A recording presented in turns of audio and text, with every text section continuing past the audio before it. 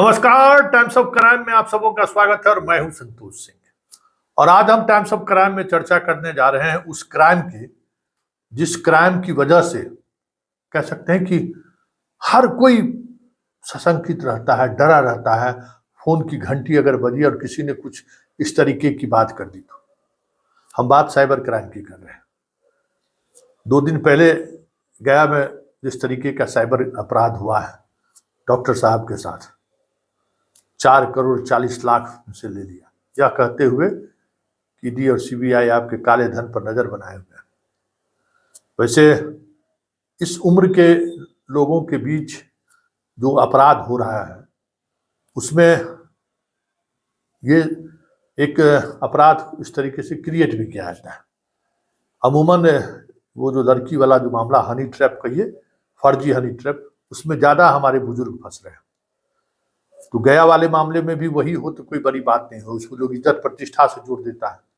खैर, जो उन्होंने लिख के दिया कि भाई इस तरीके से हमारे अकाउंट में ट्रांसफर करा लिया, फिर अकाउंट से 3 अकाउंट से 128 अकाउंट में चला गया और अधिकांश अकाउंट उसमें से फर्जी भी निकलेगा। फर्जी मतलब किसी का KYC नहीं मिलेगा और सब पता चला गरीब आदमी के नाम पर अकाउंट है। मामला अभी सुर्खियों में था ही कि पटना में कल जो है सो एक बड़े सीनियर रिटायर्ड अधिकारी से बिजली बिल जमा करने के नाम पर जो है सो 80 लाख से अधिक रुपया निकलवा लिया, फिक्स डिपॉजिट भी तोड़वा दिया। लेकिन इसके पीछे भी वही मसला हमको लगता है, हनी ट्रैप।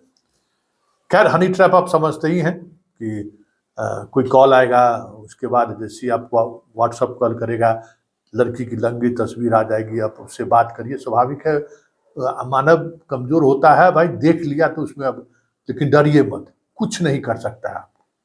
सब आपको डराता है कि सुसाइड कर लेगी, आपका हम वीडियो बना लिए हैं, आपका हम ठगी कर लेंगे, सब फ्रॉड रहता है।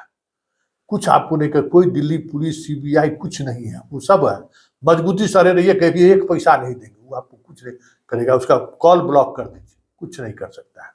खैर, ये सारा जो अपराध चल रहा है ना, उस अपराध को लेकर मेरा मानना है, क्योंकि मैं खुद इस तरीके के साइबर फ्रॉड में फंस चुका हूं और इस तरीके से साइबर फ्रॉड वाला काम करता है ना, इतना इंफॉर्मेशन रखता है कि आप उस पर विश्वास कर लेंगे या फिर बत्ती मारी जाती है।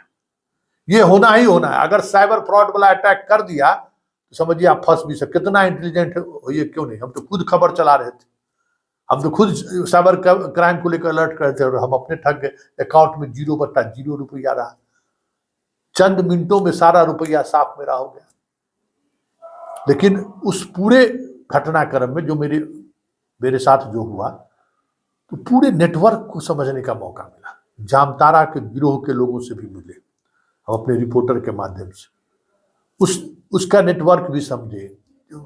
भुज, आजकल भुज उड़ीसा में सबसे बड़ा ये नेटवर्क काम कर रहा है, सबसे ज्यादा आपको वहीं मिलेगा।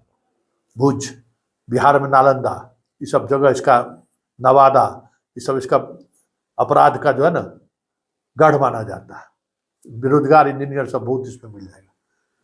लेकिन इस पूरे अपराध पर जब आप गौर करेंगे तो हमारा जो वित्तीय संस्थान है ना, भारत सरकार का रिजर्व बैंक ऑफ इंडिया या SBI, भले आपको जो सो कहेगा कि सतर्क रहिए, अननोन नंबर को मैसेज को ये मत कीजिए, वो मत कीजिए, लेकिन अगर ये ईमानदार रहे ना, ये अगर चाहे कि हमारे उपभोक्ता के साथ गड़बड़ी नहीं हो, तो 1 पैसे का किसी का गड़बड़ी नहीं हो सकता, ये हम दावे के साथ करें। जितना ये 0 बैलेंस पर अकाउंट खुल रहा है गरीबों का, उसको आप लिमिट कर दीजिए कि महीने में आप के खाते वाले गरीब है ना, गरीबी रेखा से नीचे वाले को आप अकाउंट खोलते हैं, 10,000 से ज्यादा का ट्रांजेक्शन नहीं कर सकते हैं। देखिए 90% अपराध उसी दिन कम जाएगा, क्योंकि इस तरीके के मामले में जितनी राशियों का आदान प्रदान होता है, सारा अकाउंट फर्जी फेक रहता है। मेरा वोटर ID कार्ड, मेरा पैन कार्ड, आधार कार्ड ले लिया, जाके अकाउंट खोला लिया। जब तक KYC हो चाहे हो नहीं हो, तब तक हम फ्रॉड कर दिए। और इसमें ऐसा नहीं है कि बैंक की मिली भगत नहीं है, बैंक के नेटवर्क में ये लोग घुसा हुआ है, इसलिए रुक सकता है। पुलिस पागल हो जाएगा, पुलिस के बस की बाहर चीज नहीं है। उतना इंटरेस्ट भी नहीं लेगा। और पुलिस के हम कहें ना कि हमने मामले में भी बैंक से 3 अकाउंट में से 123 वो 24 अकाउंट में गया, फिर अकाउंट से फिर घूमते फिरते एक ऐसे अकाउंट को हम पकड़ लिए जो एक अकाउंट वेरीफाई अकाउंट था। बस फिर मामला उजागर हो गया, मेरा सारा पैसा वापस कर दिया उन लोगों ने। तो सब पैसा वापस हो सकता है, या यूं कहे अपराध हो ही नहीं सकता है अगर अकाउंट खुलाने में और मोबाइल के सिम लेने में पूरी सख्ती बरत दे सरकार। अरे भाई, हम प्राइवेट सेक्टर वाले को हम ठिका लिए है, ससुरा का फैक्ट्री चले या नहीं चले, एयरटेल जियो का सिम बिके या नहीं बिके, उससे हमारा क्या मतलब है। ये आपकी जिम्मेवारी हो गई कि आप जिसको सिम दे रहे हैं वो आदमी सही है या नहीं है, ये आप पहले तय कर लीजिए, देख कर लीजिए, वेरीफाई कर लीजिए। और कोई अपराध हुआ तो आप जिम्मेवार होइएगा। देखिए ना, 2 मिनट के अंदर में खेला हो जाएगा, 2 मिनट के अंदर में। बैंक खाता खोलने वाले ब्रांच मैनेजर को आप कह दीजिए कि प्रक्रिया में भले आपको 6 महीना लगे, उससे हमको कोई मतलब नहीं है। बैंक अकाउंट खुला और उस बैंक के खाते से अगर कोई क्राइम हुआ तो ब्रांच मैनेजर जिम्मेवार होगा, कैशियर जिम्मेवार होगा। 2 मिनट में देखिए ना, सब कुछ बंद हो जाएगा। ये क्यों नहीं होगा भाई?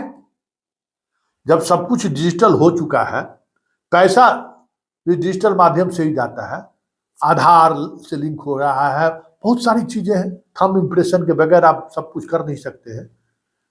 तो फिर सिम लेने में, सिम ओपन करने में, बैंक अकाउंट खोलने में, आधार से लिंक करने में, जब तक पूरी प्रक्रिया नहीं हो जाती है तब तक ट्रांजैक्शन क्यों करने देते हैं आप? क्यों मोबाइल फोन चालू कर देते हैं? भूजा की तरह रोड पर बिक रहा है सिम। आप कंट्रोल कर दीजिए, देखिए अपराध कैसे कंट्रोल होता है। तो इस तरीके के जितने भी अपराध है, हालांकि डॉक्टर साहब के बारे में तो गया में गजबे करी मर है। जिससे बात करिए, पत्रकार करिए, पत्रकारों कहता है सर ठीक हुआ, बाप रे एम्स खोले हुए है और वहां मरले आदमी के 4 दिन रखता है आईसीयू में। पता नहीं ऐसा ओपिनियन क्यों है इन डॉक्टर साहब को। लेकिन डॉक्टर साहब को जिस तरीके से हुआ है, या फिर इस बुजुर्ग का जो पदाधिकारियों का हुआ है, जो कहा, जो आवेदन इन लोगों ने लिख के दिया है, हमें लगता है कि घटना उस तरीके से नहीं घटी है।